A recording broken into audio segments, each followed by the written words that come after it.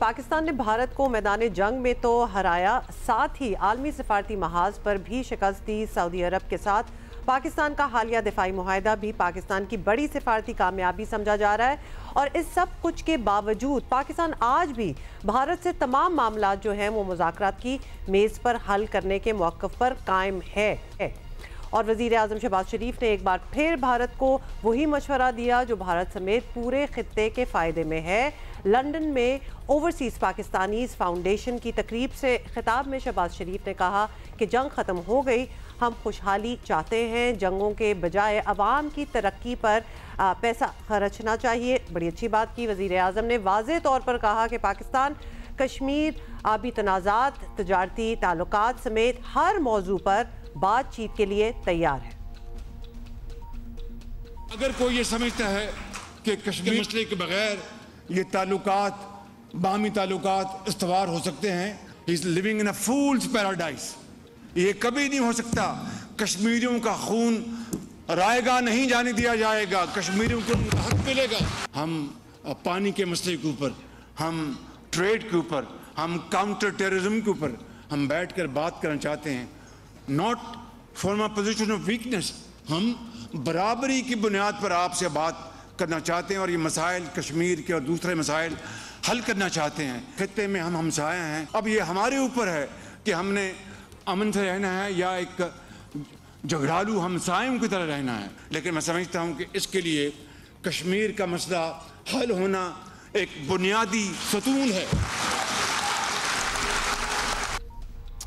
پھر کل آزاد کشمیر کی مختلف سیاسی جماعتوں نے راولاکوٹ میں جلسہ کیا۔ تمام سیاسی رہنماؤں نے کہا کہ آپس کے سیاسی اختلافات اپنی جگہ، لیکن آزاد کشمیر اور پاکستان کے معاملے میں سب ایک صفحے پر ہیں۔ رہنماؤں کا کہنا تھا کہ بھارت کو بھی سمجھ آ جانی چاہیے کہ کشمیری عوام اور پاک فوج اپنی سرزمین کی حفاظت کرنا جانتے ہیں۔ وزیر اعظم آزاد کشمیر انوار الحق نے کہا کہ وفاق کے ساتھ آزاد کشمیر کا رشتہ غیر مشروط اور یہ آخری سانس تک قائم رہے گا۔ اگر تمہارا شوق ابھی باقی ہے تو ابھی تمہاری تیاروں کی گنتی پوری نہیں ہوئی۔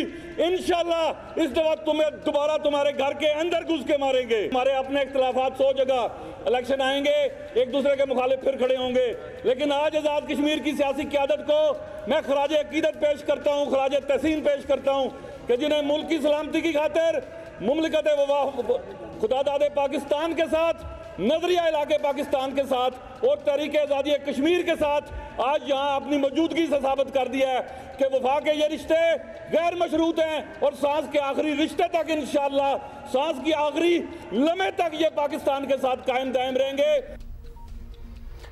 اچھا جی، آپ کو یہ بھی یاد ہوگا کہ بھاگ بھارت حالیہ جنگ کے بعد امریکی صدر ڈونلڈ ٹرمپ نے کہا تھا کہ امریکہ مستقبل میں دونوں ملکوں کے درمیان تنازعات کے حل میں مدد کے لیے تیار ہے۔ یہ علیحدہ بات ہے کہ بھارت جو ہے وہ مذاکرات میں سے بھاگ ہی رہا ہے، it doesn't seem very interested۔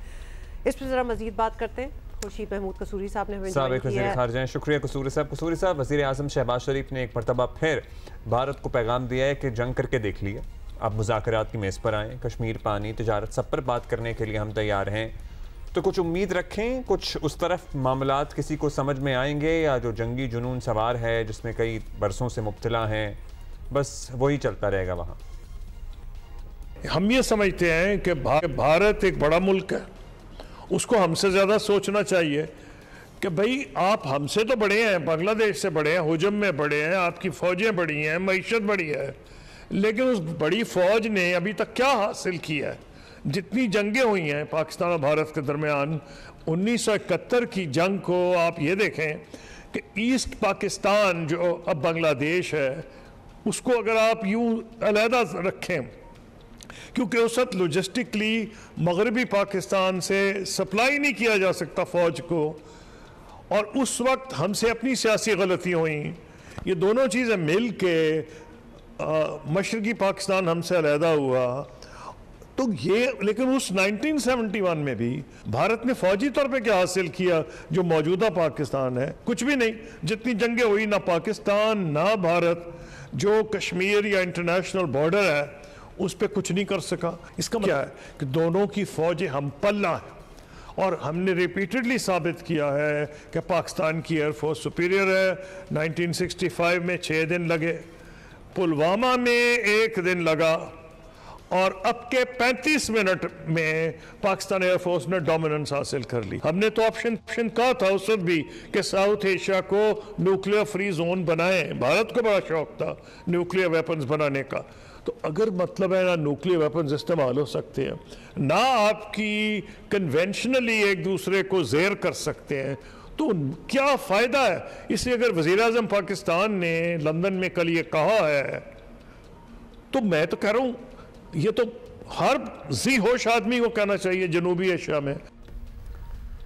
कोई ऐसा एक्चुअली मौका जाने भी नहीं देता है। एटलीस्ट दुनिया को हमारी इंटेंशंस तो पता हो that we want to talk it over, और हम सारे इश्यूज जो हैं वो बातचीत से ही रिजॉल्व करना चाहते हैं। सो हर फोरम पे ये कहना ज़रूरी है।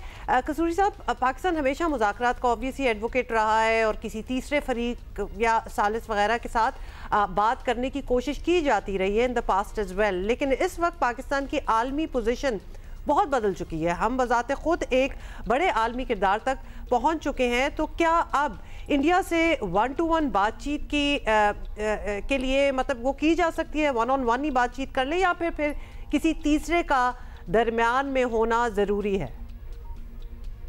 वो भाई असली चैलेंज है गुर्बत को हटाना। कितने अफसोस की बात है कि भारत और पाकिस्तान में दुनिया के गरीब तरीन लोग हैं।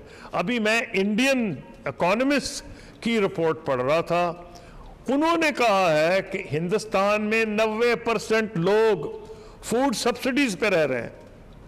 पाकिस्तान में भी गुर्बत बढ़ रही है। क्या ये ज़रूरी नहीं कि हम आपस में मिल बैठें, बातचीत करें?